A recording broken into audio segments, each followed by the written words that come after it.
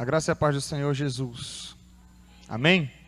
Vamos abrir nossas Bíblias em Atos dos Apóstolos, capítulo 2. Nós vamos ler do verso 42 ao 47.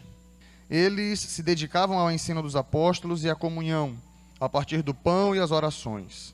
Todos estavam cheios de temor e muitas maravilhas e sinais eram feitos pelos apóstolos.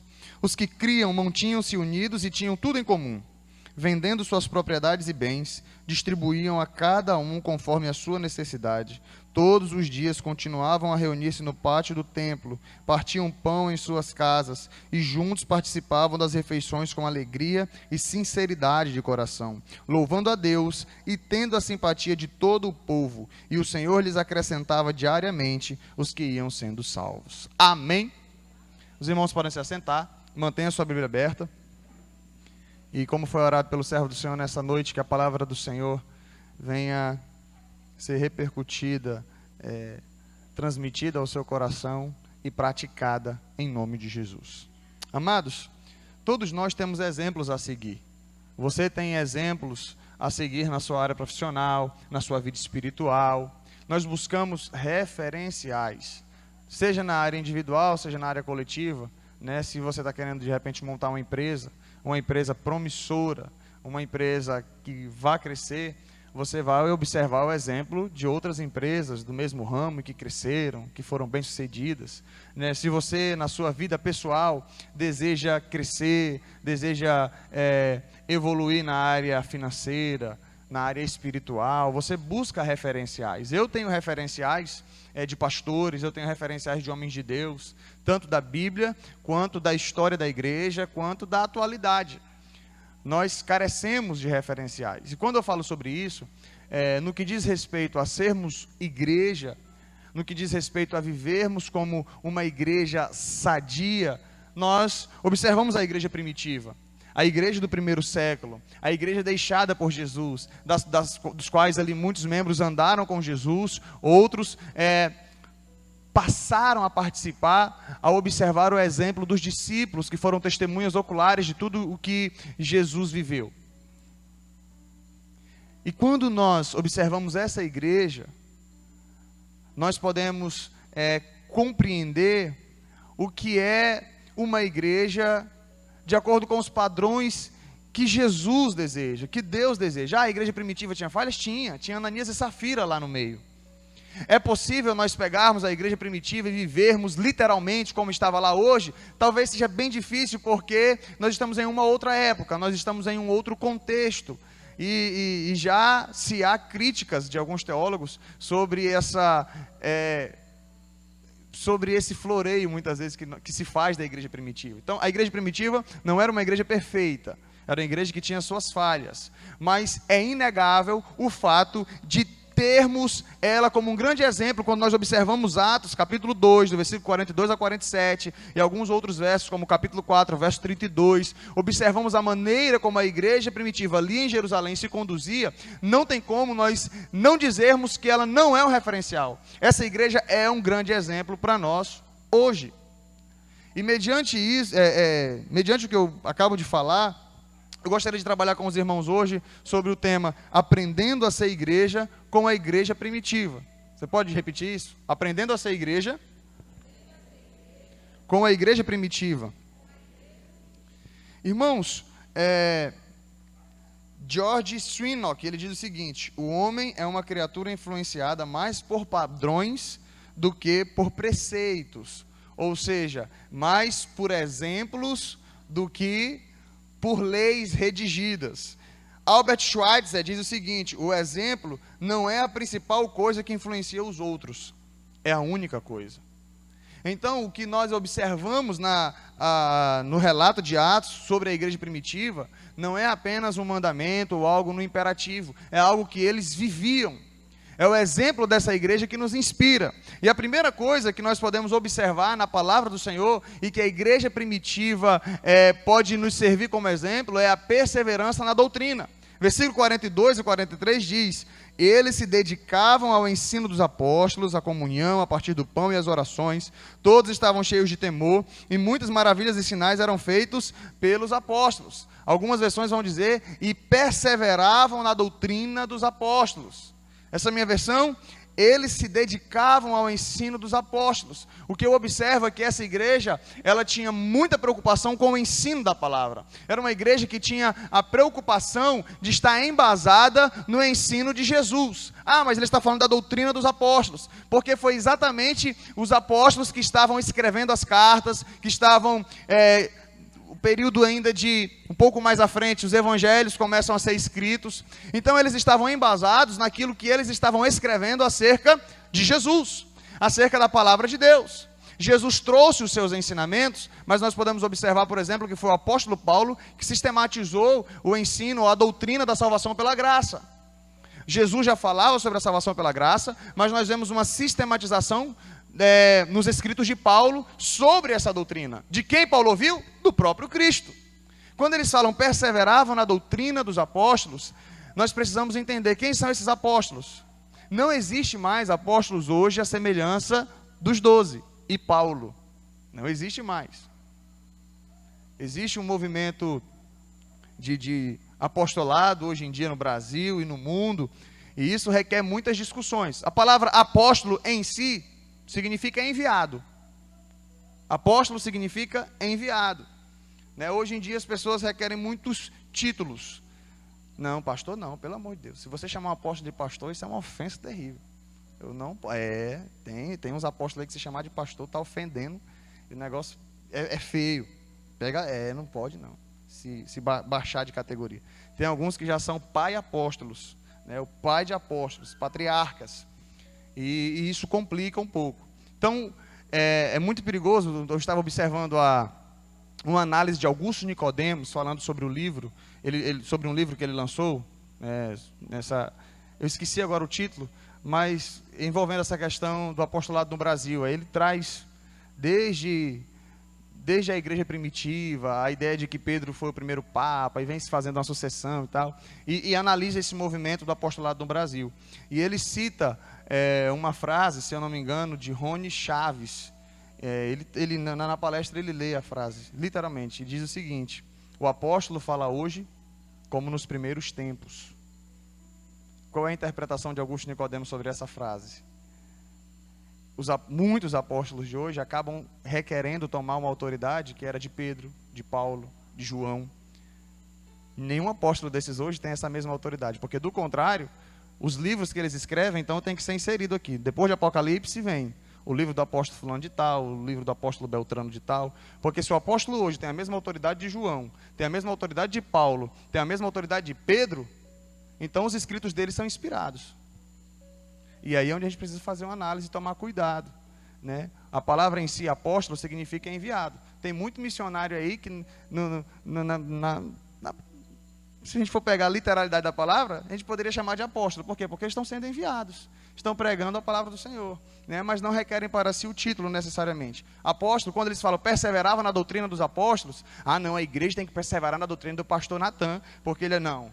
A igreja tem que perseverar na doutrina de João, de Paulo, de Pedro, apóstolos de Cristo, que viveram com Cristo, que foram inspirados e têm autoridade para escrever a palavra de Deus.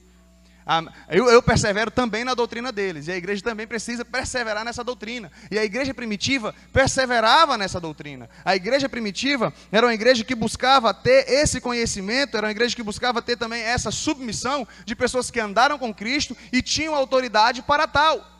Uma igreja que não persevera nessa doutrina, uma igreja que anda sempre de sonhos em sonhos, ou escutando o que apóstolo A fala, apóstolo B fala, mas a Bíblia não diz isso, mas não interessa.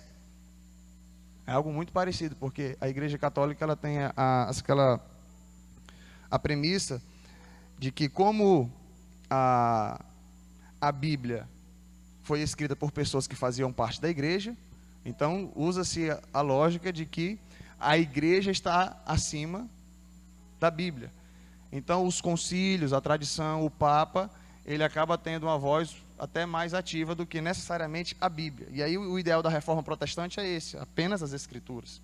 E aí a gente corre um risco muitos evangélicos acabam correndo um grande risco de que, não, mas foi Deus que falou com fulano de tal. Uma vez eu estava conversando com alguém que faz parte de uma igreja dessa, de movimento de apostolado, e eu estava falando exatamente com ele que a Bíblia são os 66 livros que nós temos aqui. Amém?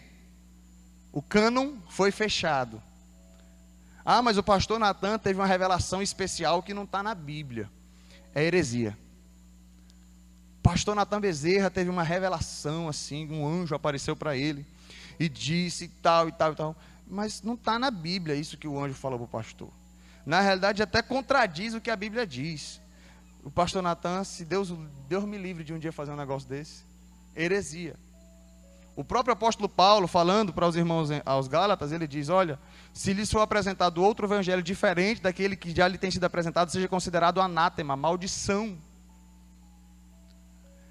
Então a autoridade do apostolado existe com esses homens, e a igreja primitiva perseverava nessa doutrina. O apóstolo Paulo teve que escrever para algumas de suas igrejas, inclusive a igreja de Corinto, para dizer, olha, esses homens são falsos mestres, são falsos apóstolos, que têm buscado o reconhecimento de vocês, e agora eu e os meus companheiros, o próprio apóstolo Paulo foi colocado em xeque por pseudo-apóstolos, por falsos apóstolos, por pessoas que usavam cartas de recomendação, andando para cima e para baixo, e o próprio apóstolo Paulo teve que ratificar o seu apostolado aos irmãos de Corinto, porque eles estavam agora em dúvida do caráter de Paulo, do seu apostolado, porque falsos apóstolos estavam colocando em xeque a sua reputação.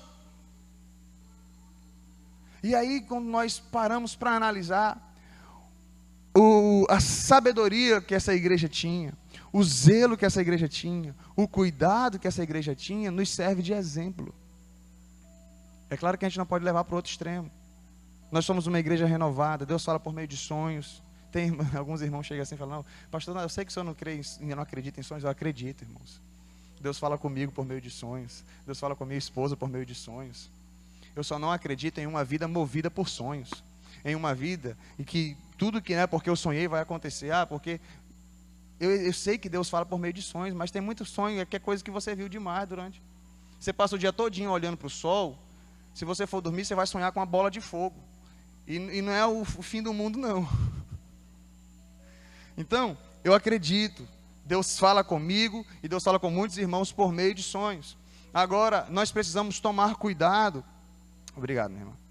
Nós precisamos tomar cuidado com a maneira com que nós regemos a nossa vida. E nós somos baseados na palavra de Deus, na doutrina dos apóstolos. Os sonhos precisam estar submetidos ao que a palavra do Senhor diz.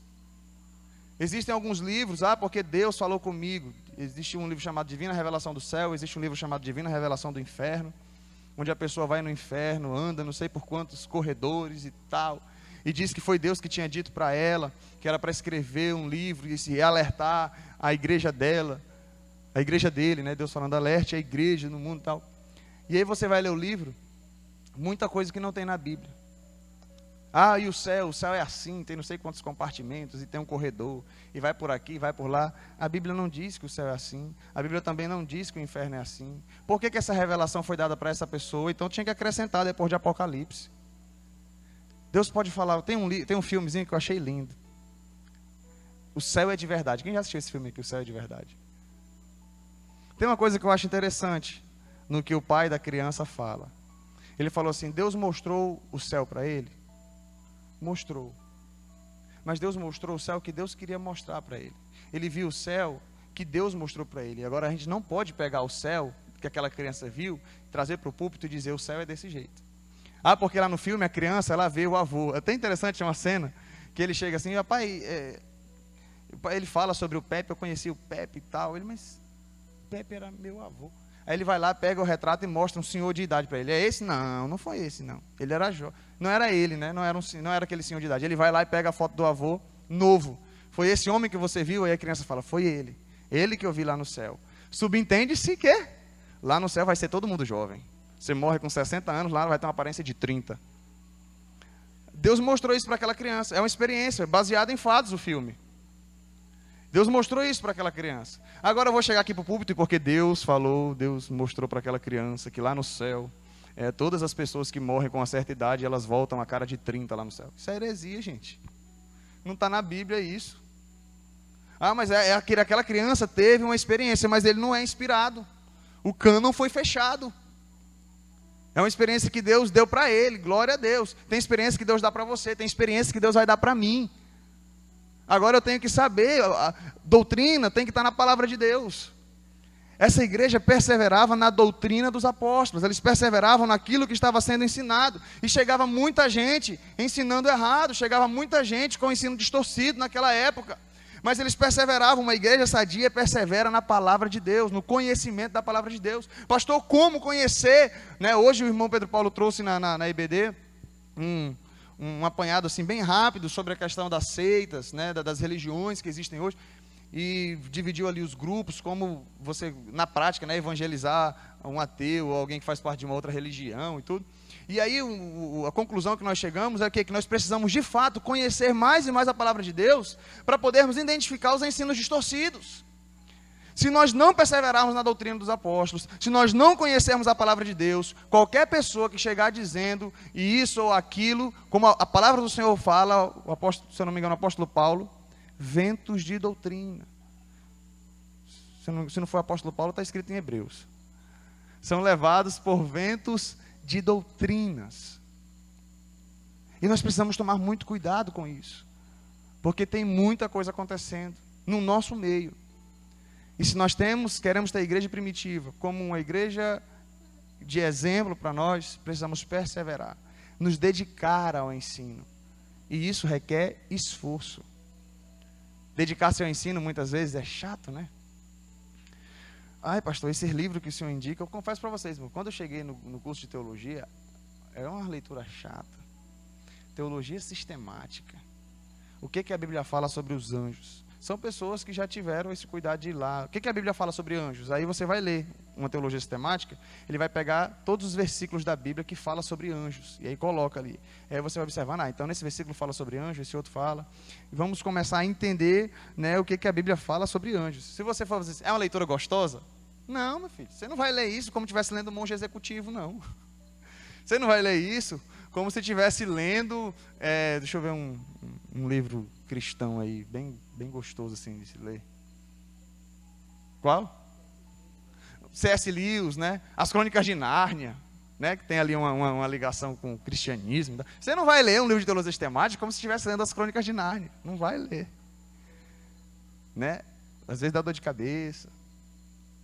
Mas é dedicação ao ensino. É dedicação, é perseverança no ensino da palavra de Deus. A Bíblia, quando você pega para ler a Bíblia, dá aquele sono, né? Pastor, quando começa a ler as cartas de Paulo, eu gosto, sabe, eu gosto de ler aquelas histórias lá de Samuel, a história das guerras, que aí, então, você vê assim, eu leio 4 capítulos, não, eu quero saber como terminou a guerra de Davi, como foi que Saul fez, né? Nós gostamos de histórias, são histórias sendo narradas, isso é bom. Agora, se você não se dedica lá ao que Paulo escreveu, que é ensino, o que Pedro escreveu, falando sobre amor, falando sobre perdão, falando sobre salvação, irmãos do céu, a gente vai ser levado por muitos ventos, nós seremos levados por ventos de doutrina, se nós não nos dedicarmos ao ensino dos apóstolos. Segunda coisa que eu posso aprender com essa igreja, é que essa igreja vivia em comunhão. Versículo 42, quando fala sobre a perseverança dos apóstolos, diz, né, eles se dedicavam ao ensino dos apóstolos e à comunhão, dedicavam-se também à comunhão. Versículo 44, os que criam mantinham-se unidos e tinham tudo em comum, vendendo suas propriedades e bens, distribuíam a cada um conforme a sua necessidade. Todos os dias continuavam a reunir-se no pátio do templo, partiam pão em suas casas e juntos participavam das refeições com alegria e sinceridade de coração. Capítulo 4, você está no capítulo 2 aí, capítulo 4, verso 32, olha o que diz, Atos 4, 32. Da multidão dos que creram, uma era a mente e o coração. Ninguém considerava unicamente sua coisa alguma que possuísse, mas compartilhavam tudo o que tinham. Já pensou? Fazer a compra de supermercado no fim do mês. É nosso, irmão, é nosso. A gente ainda tem dificuldade de trazer 1 quilo para a cesta básica. A gente tem dificuldade de trazer 1 quilo para a cesta básica. Se cada um de nós aqui trouxéssemos 1 quilo, dava para a gente fazer umas 10 cestas básicas. Nessa faixa. A gente consegue fazer uma, pela misericórdia de Deus, quando tem mais de uma família necessitada, a gente racha no meio e vê se dá pelo menos 10 dias. Aquilo ali dura pelo menos 10 dias para cada família. Tinham tudo em comum. O que é comunhão? Ronald Sider, ele diz o seguinte: para os primeiros cristãos, koinonia, tá? Que significa comunhão, não era a comunhão entre aspas. Enfeitada, não era comunhão enfeitada de passeios quinzenais patrocinados pela igreja. Não era chá, biscoitos e conversas sofisticadas no salão social depois do sermão. Era um compartilhar incondicional de suas vidas com outros membros do corpo de Cristo. Isso é comunhão. Comunhão não se limita ao momento que a gente canta aqui, a terceira música do Ministério de Louvor. Eu gosto tanto da comunhão da Igreja Batista Nacional Missionária, que na hora da música a gente abraça o irmão. Isso é bom, mas está muito longe da comunhão bíblica. É uma parte apenas.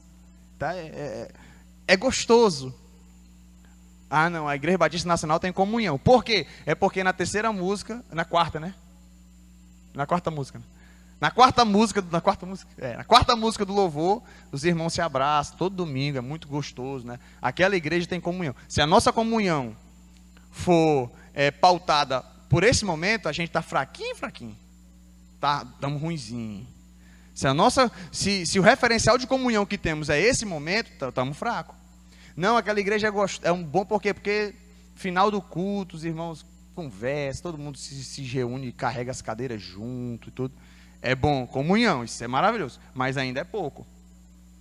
A Igreja Batista Nacional Missionária está começando a trabalhar com os pequenos grupos, né? E teve um momento maravilhoso, o Projeto Todos a Bordo. No final do Projeto Todos a Bordo, a gente se reunia para comer aquele biscoito creme crack com aquele suco tangue de laranja docinha, negócio legal. Se for só isso, ainda está pouco. A Igreja Batista Nacional Missionária é uma igreja que tem comunhão. Por quê? Porque teve uma irmã que estava precisando viajar. Os irmãos se organizaram, compraram o artesanato dela. Alguns chegaram, procuraram o pastor, ofertaram e ajudaram ela na viagem. Está melhorando. Tá bem, está melhor. Está melhorando. Está começando a melhorar. Aquela Igreja Batista Nacional Missionária é uma igreja que vive em comunhão. Por quê? Porque é uma igreja que a gente não vê mais dissensão. É uma igreja que sempre tem Ananias e Safira também no meio. Mas é uma igreja que a gente observa as pessoas levantando os caídos. É uma igreja que a gente não vê pessoas comumente apontando o dedo. Não vê as pessoas se reunindo para falar da vida do irmão. As pessoas se reúnem para ajudar. As pessoas se reúnem para auxiliar. As pessoas se reúnem de casa em casa para poder ver a necessidade que um tem. Não para sair falando, mas para ajudar, para abençoar. Não recorre também sempre ao caixa da igreja para ver quanto é que tem para ajudar o irmão fulano de tal. As pessoas abrem o próprio coração. As pessoas abrem as suas casas, ajudam umas às outras. A gente começa a entender o que é comunhão. O trabalho de pequenos grupos, irmãos, auxilia nisso. Por quê? Porque é vida na vida. Nós começamos a andar juntos. Aqui você vai sair e quem não lhe conhece não vai saber da sua necessidade. Você vai sair por essa porta, vai abraçar o seu irmão, vai apertar a mão dele. E a gente não vai saber o que se passa com você. Mas no pequeno grupo de 10 pessoas, um pequeno grupo de 15 pessoas, é bem mais fácil você abrir o seu coração. A palavra de domingo foi falado sobre comunhão, sobre perseverança na doutrina. Como é que está a sua vida? Essa questão de comunhão mexeu muito comigo. Por quê? Porque lá em casa a gente está passando por crise financeira e isso tem abalado o meu casamento. Aí o irmão já se ligou, crise financeira. Aquele irmão está passando por uma necessidade financeira. Isso tem mexido comigo, tá sendo difícil até a gente conseguir comprar a farda das crianças da escola, né? Está acabando agora, esse semestre está voltando, as crianças estavam com farda ainda dos outros anos, já está afindando, estou falando de escola pública, né? E aí tem que comprar a farda, que o negócio já está feio. E isso tem gerado uma crise no nosso casamento. E essa questão de comunhão mexeu muito comigo. Se eu não tenho comunhão em casa, como é que eu vou ter na minha família? Aí o outro irmão já se ligou. O irmão está precisando de farda. Quanto será que é uma farda? Vamos ver se a gente pode ajudar esse irmão com a farda. Você começa a vivenciar a comunhão. Então, como nós temos falado sobre isso, sobre o trabalho de pequenos grupos, a igreja primitiva, eles tinham tudo em comum. Lá em Tiago, a palavra do Senhor diz que nós devemos confessar as nossas culpas uns aos outros. Como é que eu vou confessar a minha culpa uns aos outros? Eu chego aqui no culto de domingo, aí aquele irmão, eu gostei dele. Irmão, chega aqui, eu tenho que confessar um pecado para o Senhor. É assim que você faz? Irmão, chega aqui. O senhor está quanto tempo aqui na igreja? Irmão, tem uns 5 meses. Eu quero confessar um pecado para o senhor guarda? Não é assim. Confessar pecado uns aos outros, tem que ter intimidade, tem que ter comunhão. A igreja primitiva, eles se reuniam, irmãos. Aí você pensa assim, mas talvez seja pouca gente. Eles se reuniam de casa em casa, se reuniam no templo. A palavra do Senhor disse que quando Pedro pregou a palavra do Senhor aqui no capítulo 2, ali em Pentecostes, 3.000 almas, cerca de 3.000 almas se renderam ao Senhor só naquele momento. Mais à frente, chega-se a falar de quase 5.000 pessoas que já estavam aderindo à fé e servindo a Jesus. E essa igreja vivendo em comunhão. E essa igreja partilhando, alguns irmãos vendendo suas propriedades, depositando aos pés dos apóstolos, ajudando os necessitados. Porque o Novo Testamento não fala de dízimo. Fala, tem alguns versículos que falam de dízimo. Mas falar de dízimo, falar de 10% para quem tem um coração dessa forma, para quem tem um coração que fala, nós temos tudo em comum, vem cá, meu irmão, entra aqui, a dispensa é sua. Estamos todo mundo junto. Falar de liberalidade, falar de 10% para o reino de Deus, para pessoas que têm um coração na obra, seria o mesmo que estiver falando assim, ei, você está dando muito. Tá? Seu coração está muito liberal. Deus não está aceitando a sua oferta, diminui a oferta. Não existe isso. Eles tinham um coração na obra, eles viviam para Deus, eles viviam em comunhão, cuidavam uns dos outros, e era isso que fazia a igreja crescer. Nós precisamos tomar isso como exemplo e fazer uma análise sobre a vida que nós temos levado hoje. É claro que nós estamos em um outro momento cultural, quase 2.000 anos à frente, passamos por períodos históricos, o antropocentrismo começou a tomar conta, o hedonismo é a busca pelo prazer, e nós hoje temos um chavão muito conhecido que é cada um por si, Deus por todos, e cada um vive a sua vida. E a depressão está aí, o suicídio está aí, as pessoas vivendo só, mais e mais crianças nos orfanatos, nas ruas, e mais animaizinhos de estimação sendo adquiridos. Nada contra os animaizinhos de estimação, eles têm que ser cuidados também. Mas nós percebemos, sabe o quê? Pessoas preferindo viver de maneira solitária. Não, eu vivo com meu gatinho, vivo com meu cachorrinho, não quero saber de casamento. Algumas mulheres falam, quero saber disso, deixa também os pais no seu canto, vai viver a sua vida. Homens querendo viver de maneira independente também, sem um compromisso no casamento, apenas com situações casuais. Não, uma hora eu estou com uma mulher, outra hora eu estou com outra hora eu estou com outra. Começa a viver uma desilusão, começa a viver sozinho, começa a viver a busca pelos seus próprios prazeres. O divórcio é isso. É o quê? Eu não estou mais sendo feliz com aquela pessoa, eu casei para eu ser feliz, então eu não quero mais viver com você. Enquanto você ajudava eu ser feliz, eu estava com você. Quando você não me ajuda mais a ser feliz, eu não quero mais estar com você. O irmão da igreja, enquanto o irmão da igreja me ajuda a ser feliz, eu quero andar com ele. A partir do momento que o irmão da igreja não consegue me ajudar na minha felicidade, eu não quero ele comigo. Sai daqui que você está me atrapalhando. O pastor ora para alguns irmãos sair da igreja, porque se ele expulsar fica feio. Isso é falta de comunhão também. Isso não é bonito não. Não é não. Isso é falta de comunhão. A gente precisa. Estou falando de mim não, viu, irmãos? Eu não oro por isso não. Não oro para ninguém sair daqui, pelo amor de Deus. Eu só oro para a gente. Quem que está dando trabalho, fala, Senhor, transforma, Pai. Mas deixa aqui, andando junto com a gente. Mas transforma. Isso é amor, isso é comunhão, isso é andar junto. Me ajuda também, Senhor, me transforma, que eu também não sou flor que se cheire. Eu não sou flor que se cheire. Eu sou um ser humano.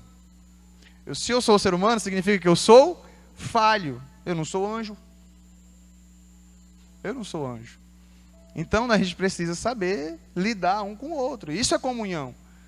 A igreja primitiva, eles buscavam viver essa comunhão. Em Efésios 5,19, o apóstolo Paulo diz: falando entre vós com salmos, hinos e cânticos espirituais, louvando de coração ao Senhor, dando sempre graças por tudo ao nosso Deus e Pai, em nome de nosso Senhor Jesus Cristo, sujeitando-vos uns aos outros no temor de Cristo. Sujeitando-vos uns aos outros no temor de Cristo. Se o pastor falar para eu pegar essa cadeira e colocar lá, eu coloco porque o pastor é meu líder.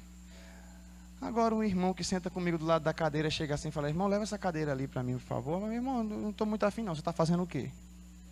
Não, é porque dá vontade de falar assim: deixa para lá, deixa que eu levo. É porque às vezes a gente é assim, eu só me sujeito a quem tem uma patente sobre mim. Quando a palavra do Senhor fala sujeitando-vos uns aos outros no temor de Cristo, está dizendo que entre nós não tem que ter esse negócio não. Está dizendo que eu tenho que me sujeitar ao irmão independente da patente dele. É um novo convertido que entrou na igreja. Ih, pastor, assim o senhor vai quebrar a nossa estrutura. Assim o senhor quebra a estrutura que a gente está vivendo. Não estou quebrando estrutura nenhuma, é a palavra de Deus. Sujeitando-vos uns aos outros no temor de Cristo. É nós vivendo essa sujeição mútua, isso é comunhão. Tem alguns casamentos que é sempre um lado que dá o braço a torcer. De repente a esposa é mais maleável, o marido é mais casca grossa. Toda discussão que tem, se a coitada da esposa não chega lá para pedir perdão, não vai ter reconciliação. Porque o marido parece um jumento bravo, que quando empaca, tem que fazer o gosto dele. Ou ao contrário, o marido é mais tranquilo, mulher parece uma jumenta brava. Existe ou não existe? Existe jumenta? Não, existe. É porque jumenta é um cruzamento, né, da égua com burro, e sai o jumento. Tem um negócio assim, parece. Tem aí tem um negócio aí que aí o marido, aí tá lá com a cara entrancada. Se o marido não chegar para pedir perdão, não faz as pazes. Aí não é sujeitando uns aos outros, aí é a sujeição só de um para com o outro o tempo todo. E às vezes na igreja é assim.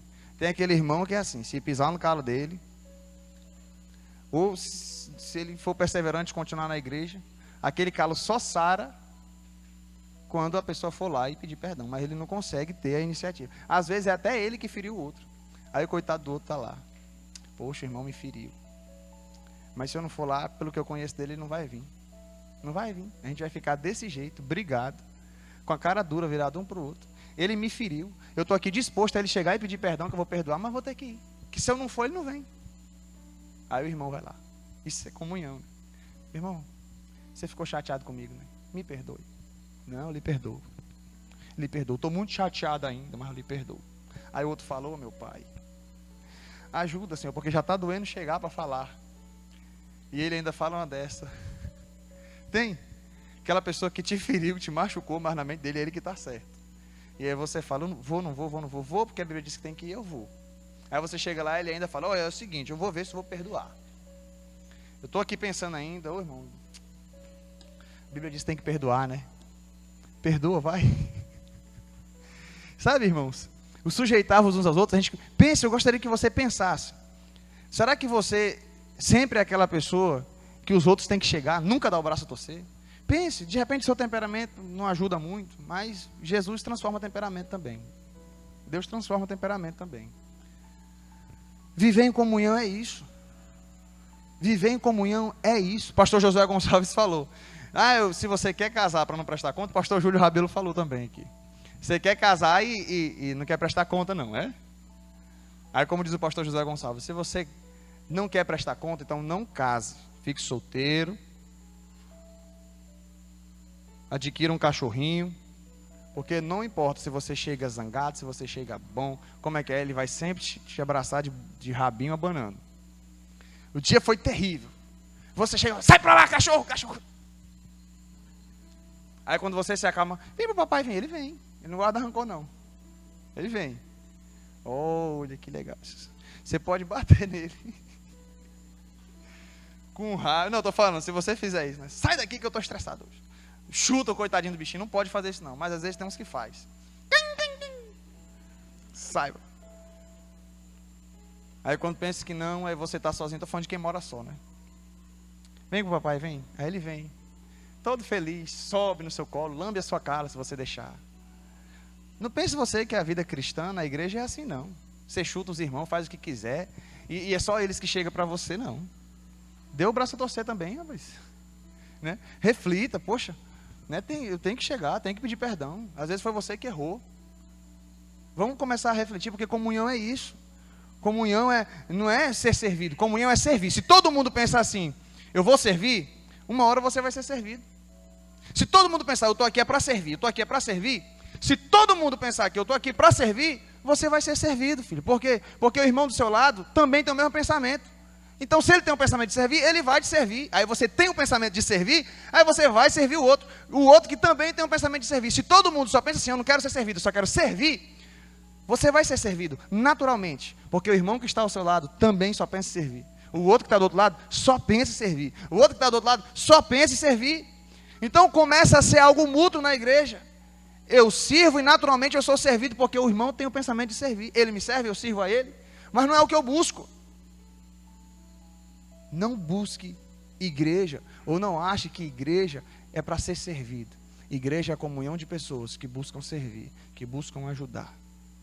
Tem irmão que só cobra. Quero ver se essa igreja é unida mesmo. O pneu do meu carro furou. Vou botar lá no grupo, ver se alguém vem me socorrer. Não apareceu ninguém, tá vendo? Essa igreja não é unida. Aí um outro irmão fura o pneu do carro. Aí coloca no grupo. Eu quero saber se esse irmão vai ajudar. É porque tem uns que só cobra, né? Tem uns que só cobra. Tem uns que só gostam. Eu quero ver se essa igreja é unida. Mas ele mesmo não ajuda, não. Só quer saber se os outros ajudam ele. Vamos refletir sobre a nossa vida. Vamos refletir sobre o que é comunhão. O que é viver como igreja do Senhor. Terceira coisa, já estou começando a finalizar, que às vezes a gente se empolga, sabe? É oração. Pense numa igreja maravilhosa, sabe por quê? Porque ela perseverava na doutrina e ela perseverava na oração. Perseverava na doutrina, na comunhão e na oração. Pense no crente bom, é aquele que busca conhecer a palavra de Deus, que se esmera no conhecimento da palavra de Deus e ora, e ora, e ora. Essa igreja, ela tinha isso. Era uma igreja que perseverava na doutrina dos apóstolos, buscava viver a comunhão e era uma igreja de oração. Capítulo 2, o versículo 42 ainda, fala exatamente isso, que eles perseveravam na oração. Além de perseverar no partido, além de perseverar na doutrina dos apóstolos, além de perseverar na comunhão, o versículo 42 diz que eles perseveravam na oração. E no versículo 47 diz, louvando a Deus e tendo a simpatia de todo o povo, a parte A. Eles oravam, eles estavam no templo, eles estavam de casa em casa, eles faziam o quê? Além de partir o pão, de viver em comunhão, eles oravam, eles se reuniam para orar. Não existe, irmãos, como diz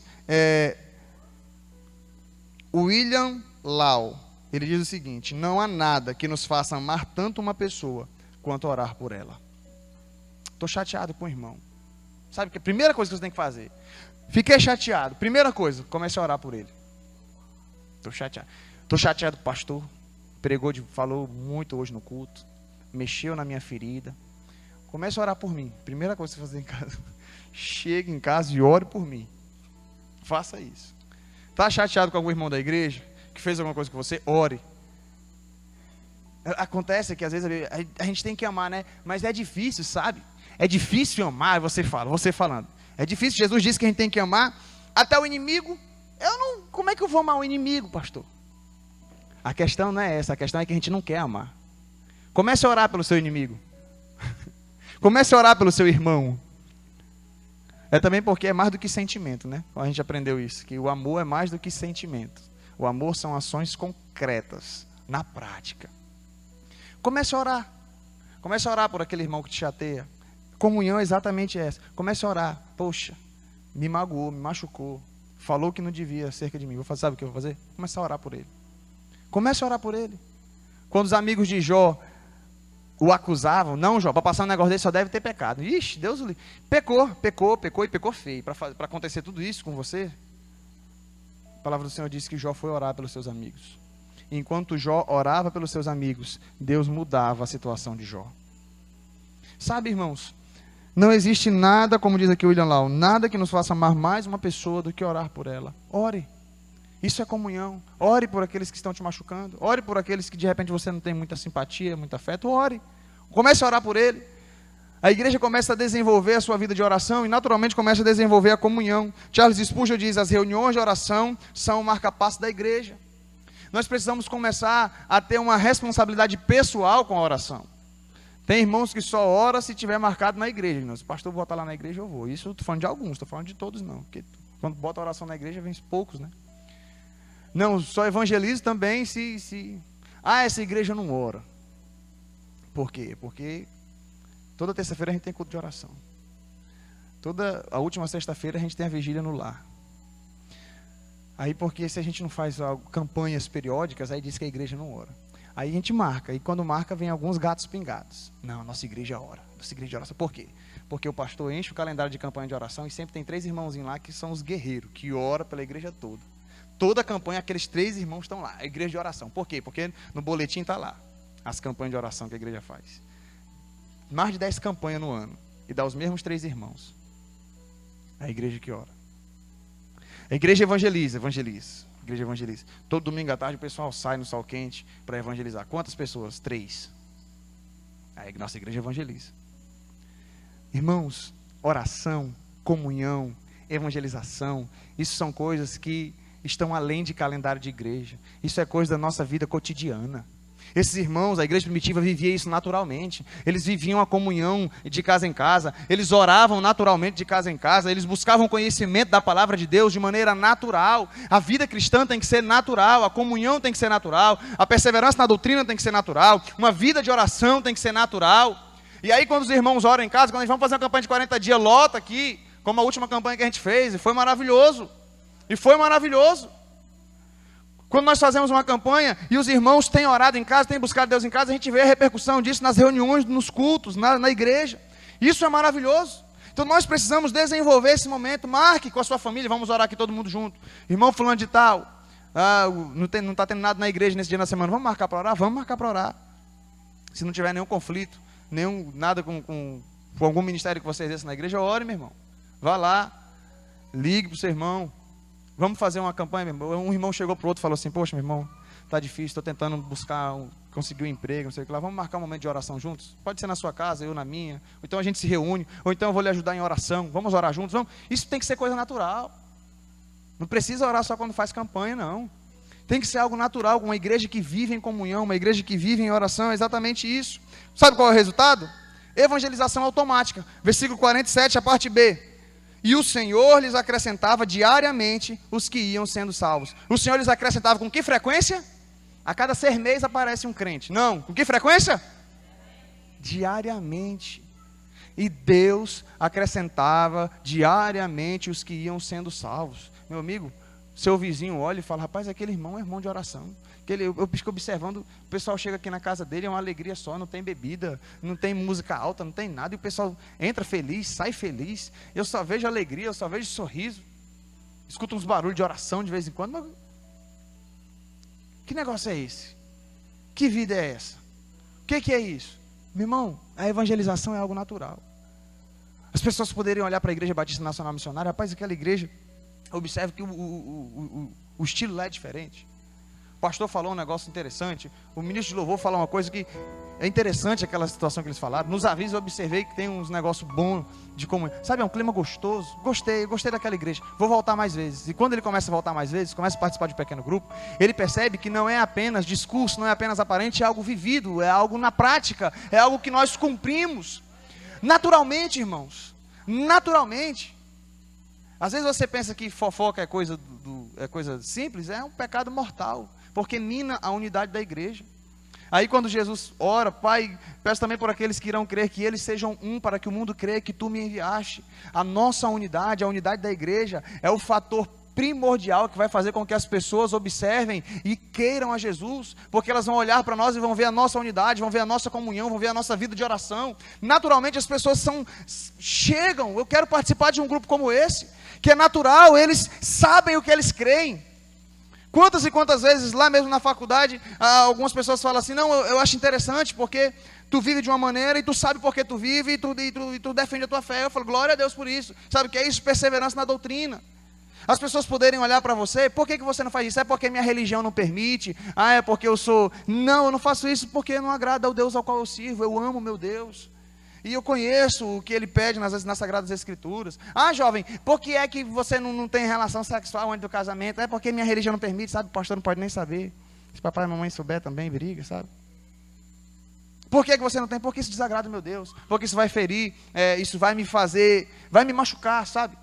E eu sei que se Deus falou que não é para fazer antes do casamento, é porque Ele tem um projeto melhor. É porque Ele tem algo maior. E eu tenho lidado com pessoas, eu tenho tratado com pessoas, e a gente começa a observar que algumas crises no casamento se dão por conta de uma permissividade que foi feita antes do casamento que não deveria ter.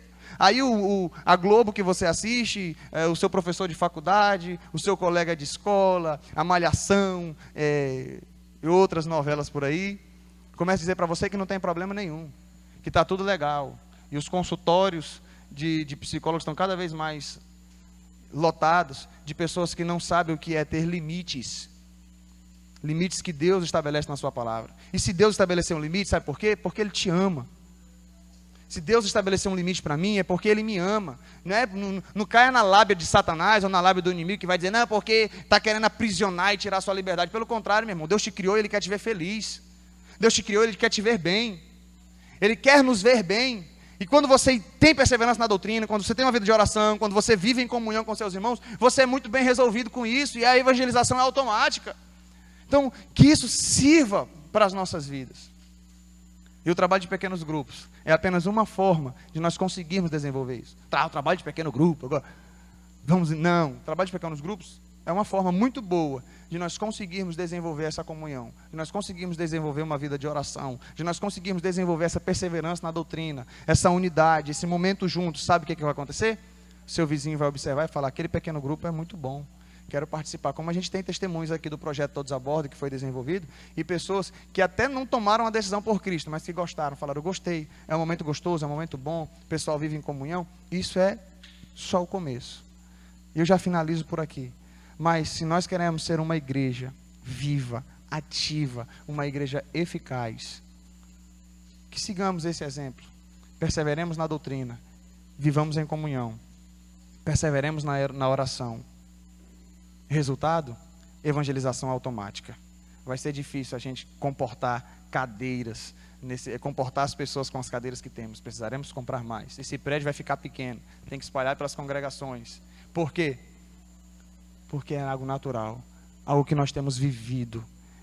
E isso não é religiosidade que promove, porque a religião a gente pratica a duras penas. A vida cristã tem que ser algo natural. Se não tem sido natural na sua vida, cuidado, você tem vivido uma religiosidade.